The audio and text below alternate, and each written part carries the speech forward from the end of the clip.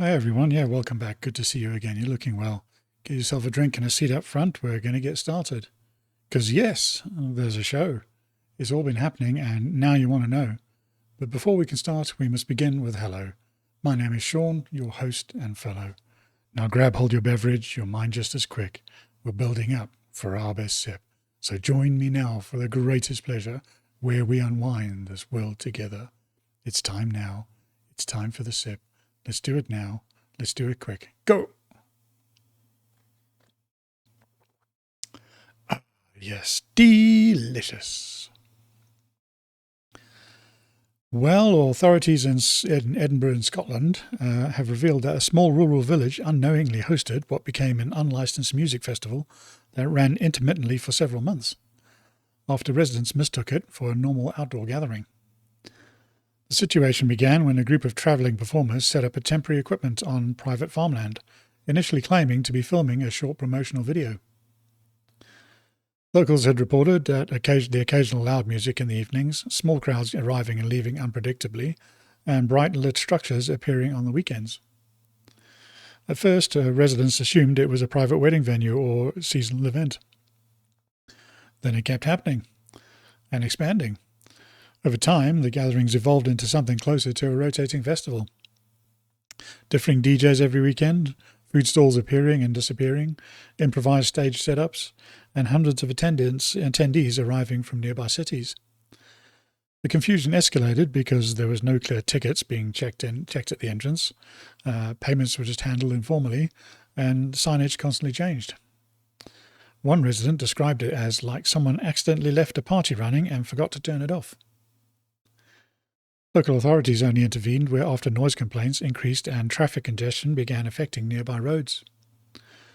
When officials arrived, they discovered multiple stages built on agricultural land, temporary electrical setups, and event infrastructure far beyond what had originally been permitted.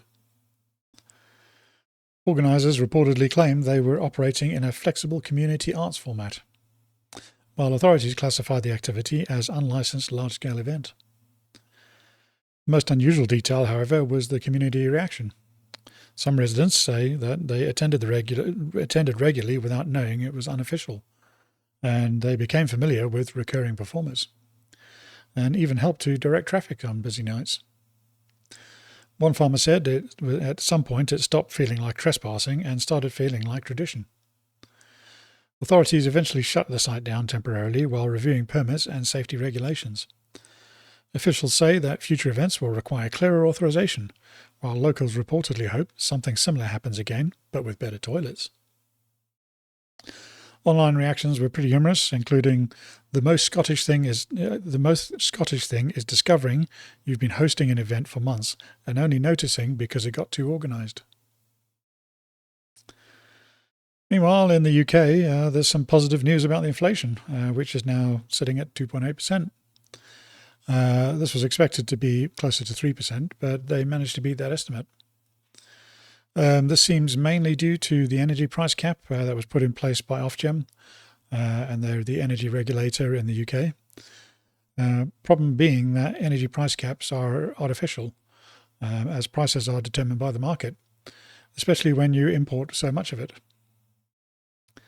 In this case, the government had intervened on April 1st, to move some of the energy costs to general taxation. People are still paying those costs, but it will now not appear on their monthly bill, utility bill. It will now be on a yearly tax bill instead. So, yeah, you may wonder why your taxes keep going up. Well, this is one reason.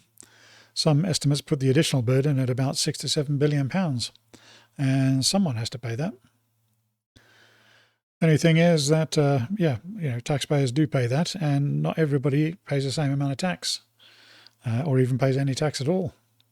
So, by contrast, everyone has to pay their energy bills.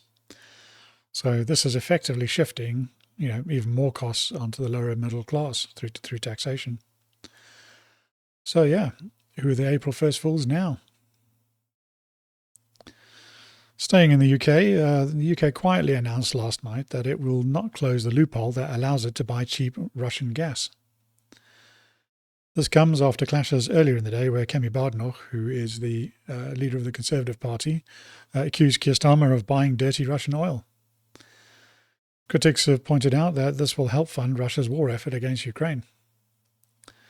The same Ukraine that the UK has been supporting for the last 4 years and recently sent more than 100,000 drones to in order to fight Russia. Boris Johnson criticised the move as pathetic and tragic. Boris describing things as pathetic and tragic, it probably sums up much of the UK politics, really. That reminds me somewhat of another weird connection to Boris, a Russian connection to Boris, I should say. Yevgeny Lebedev, who's now Baron Lebedev. He's a Russian national that was made a lord by Boris Johnson for life as well.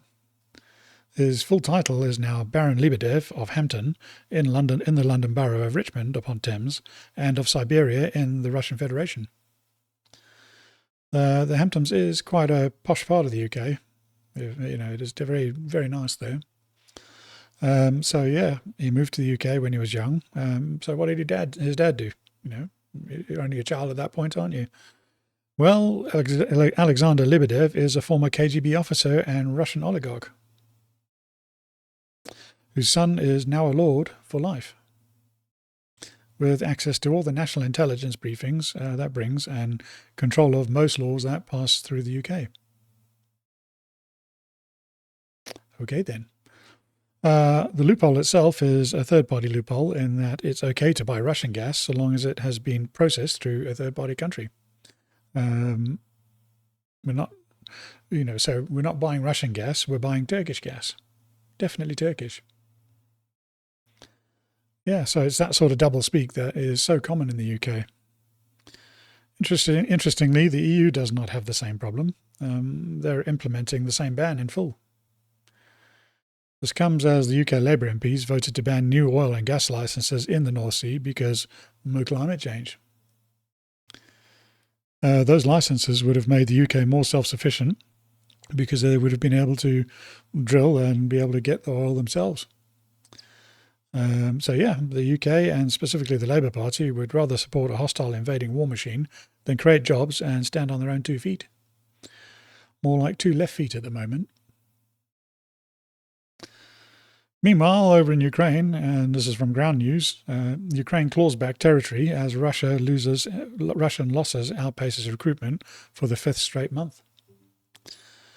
On Wednesday, Commander-in-Chief Alexander Sikorsky reported that NATO headquarters in Brussels that Russia had lost more than 141,500 military personnel since early 2026, including more than 83,000 killed. Sikorsky's latest figure indicates a casualty ratio of 58% killed to 42% wounded, reversing historical norms where wounded soldiers typically outnumber the dead in large-scale conventional wars. Ukrainian forces have ramped up mid-range drone strikes on Russian logistics hubs and defense industrial facilities, causing Russia to lose personnel faster than it can mobilize replacements. While Ukraine targets oil refineries to deprive Moscow of export revenue, Russian mineral extraction revenues reportedly doubled to $12 billion in April, contradicting Ukrainian economic strategy. So, this comes as there are reports of drone strikes in Moscow recently, still from Ground News.